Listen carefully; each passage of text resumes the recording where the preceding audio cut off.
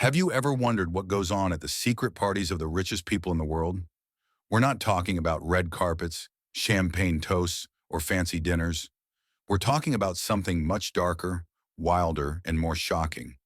Billionaire parties are known to be so over the top and full of secrets that just getting inside one means giving up your phone and your right to talk about anything you see. Here's what we found out about what really happens behind those guarded gates. When someone gets invited to a billionaire's party, they don't just walk in. First, they have to sign a legal document called an NDA, or non-disclosure agreement. This means they promise never to tell anyone what happens at the party. If they do, they can be sued for a lot of money. That's how serious these billionaires are about keeping things quiet.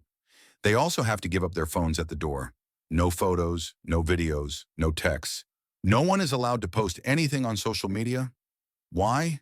Because the things that happen at these parties are not just wild. They're the kind of things that could ruin someone's career or even send them to jail if they got out. So everyone who attends has to keep it a secret, no matter what they see. But some people couldn't stay quiet. Over the years, a few brave guests and former employees have spilled the truth. And what they say is hard to believe, unless you've seen it for yourself. One of the biggest things you'll find at billionaire parties is drugs. And not just a little bit. We're talking about all kinds: marijuana, ecstasy, cocaine, LSD, and even psychedelic mushrooms. These drugs are everywhere at the parties. They're passed around like candy, and no one seems to care about the rules or the danger. One crazy story happened back in 2007. A billionaire named Henry Nicholas threw a party on a private jet. There was so much marijuana smoke on the plane that the pilots had to wear oxygen masks just to fly it safely. Imagine being so rich that you get high on a plane and almost crash it just because you can. But Nicholas wasn't the only one doing this. Another billionaire, Adam Neumann, also became famous for partying on planes. He was called a party animal by many people. On his flights, he and his friends would light up joints, drink tons of alcohol, and act wild for hours. It wasn't just bad behavior, it was dangerous. Flight crews had to wear oxygen masks too. After the parties were over, the planes were left trashed, with vomit on the floors and broken furniture. One company even sent a complaint saying that Adam and his friends had ruined their private jet.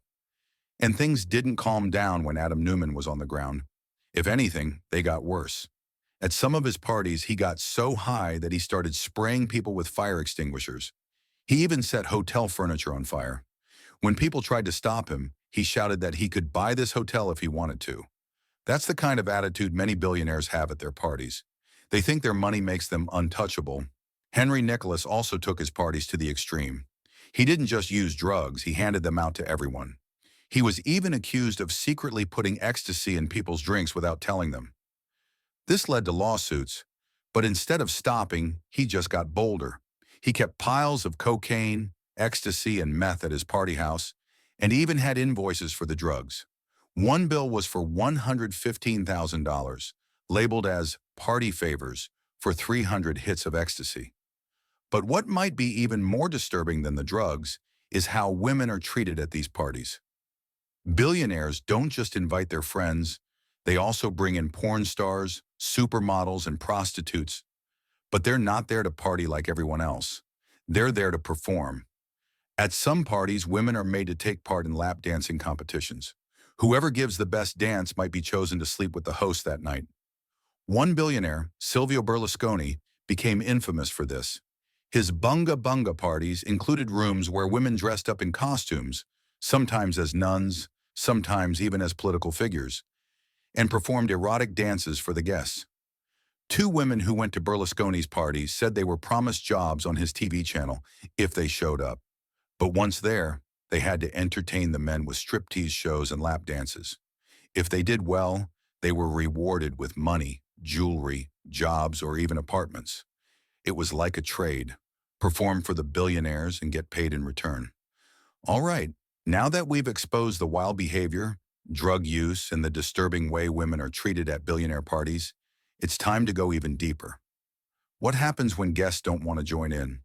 Or when the billionaires want to make sure no one ever tells the truth? Let's keep digging into this dark, hidden world. Imagine going to a party, drinking something from the bar, and then suddenly feeling strange, like you're not in control anymore. That's what some people say happened at billionaire Henry Nicholas's parties. Henry didn't just hand out drugs to people who asked.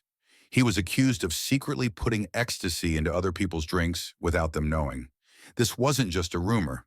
In 2007, people actually filed lawsuits against Nicholas, saying he spiked their drinks. They said he did this to make them relax and party harder. These weren't random strangers either. Some were important tech executives and even business leaders. Think about that. People who run giant companies were getting drugged without consent. That kind of drug, ecstasy, makes you feel really happy and open. But when it's taken without choice, it's scary and dangerous. People can be pushed into doing things they normally never would. And because of the NDAs and strict rules around these parties, it was hard for victims to speak up. Nicholas didn't stop either. In fact, he got even more open about his drug use. He started buying massive amounts of cocaine and ecstasy and leaving piles of it out in the open at his parties. That's how little he cared about getting caught. Once the drugs start working, these parties take a turn into even darker territory. According to many stories, billionaire parties often turn into sex parties. And while some people take part on their own, others say they were pressured or even forced. Let's talk about freak-offs. These happened at parties thrown by music mogul Diddy, where women were told to have sex with male prostitutes while guests, including Diddy, just watched. One woman, Cassie, who used to date Diddy, said she didn't want to do it, but she was forced. She even sued him for sexual assault and more. There are also things called cuddle puddles. That might sound innocent, but it's not. At these parties, billionaires choose women, then go off into rooms to spend the night with them. Whether it's just cuddling or something more, the idea is clear. The women are there to be used. And because of the drugs, the power imbalance, and the pressure, many of these acts are not truly consensual. At some parties, women said they were treated like toys or prizes. The winners of lap dance contests had to sleep with the host. Guests were allowed to do what they wanted with the women, and the whole thing was hidden behind closed doors, deep in private villas or on secret yachts. Now you're probably wondering, if all of this is true, why don't more people speak out? The answer is simple. Money. Lots of it. These billionaires have so much money that they can pay people to stay quiet forever.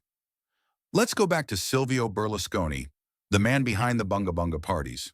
When people started talking, he allegedly paid witnesses millions of dollars to lie or stay quiet. Some people say he called it a gift, but investigators said it was clearly a bribe. And remember Henry Nicholas? He didn't just drug people. He also gave a former employee $1 million to keep quiet about what he saw. That money was hush money, a way to cover up the truth. The most recent and shocking case was with Diddy and Cassie. After she sued him and said she was raped and forced into freak-offs, Diddy first denied everything. But just one day after the lawsuit hit the news, he quickly settled the case with a multi-million-dollar deal. He didn't want this going to court. He didn't want the public hearing more. So he used what many billionaires use when they're scared. Cash. These giant payouts keep people quiet. They stop lawsuits. They erase bad stories. And most of all, they protect the image of powerful people who want to keep partying like nothing ever happened. We've already uncovered so much, but we're not done yet. There are still secrets to reveal, like how these parties are hidden from the world and the wild things billionaires do to keep their identities clean while living double lives. Billionaires know that if the world saw what they really do behind closed doors, it could destroy them. That's why privacy is everything. But we're not just talking about big fences or no trespassing signs. Some of these party spots are straight out of spy movies. Let's start with Adam Neumann. Remember the party-loving guy from WeWork? He didn't want anyone bothering his fun, so he held his wildest parties 30,000 feet in the air on private jets. Not only was it far from prying eyes, but the isolation gave him full freedom to do what he wanted. Like smoking weed so heavily the pilots had to wear oxygen masks just to fly the plane. Then there's Henry Nicholas, who took privacy to a whole new level. He didn't just rent a house, he built a special warehouse just for partying. Inside there was a jacuzzi for 6 people and a private bedroom for, well, you can guess what. But that's not all. He also had secret tunnels and hidden doors built into the warehouse. These tunnels were used to sneak in prostitutes and drugs, keeping everything out of sight. Think about that. An underground world made just for partying. And let's not forget Philip Green, who didn't want to party in a house or even on land. For his 55th birthday, he flew 100 friends to a remote island in the Maldives. There, no one could see what was happening. The 5-day party had exotic dancers, chefs, fireworks, and more. It was as far away from the real world as he could get. Privacy isn't just a luxury for these billionaires. It's a weapon they use to protect their image while doing whatever they want behind the scenes. If you thought your favorite celebrity sipping champagne was classy, wait until you see what the ultra-rich drink.